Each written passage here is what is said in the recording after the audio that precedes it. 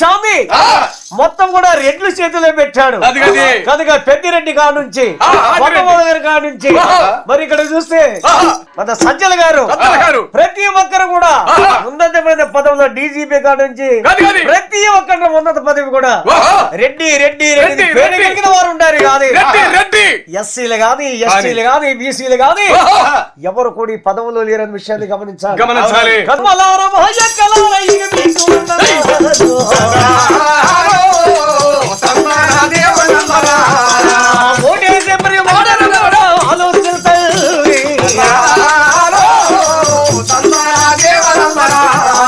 చెప్పేది ఆలోచన చేసి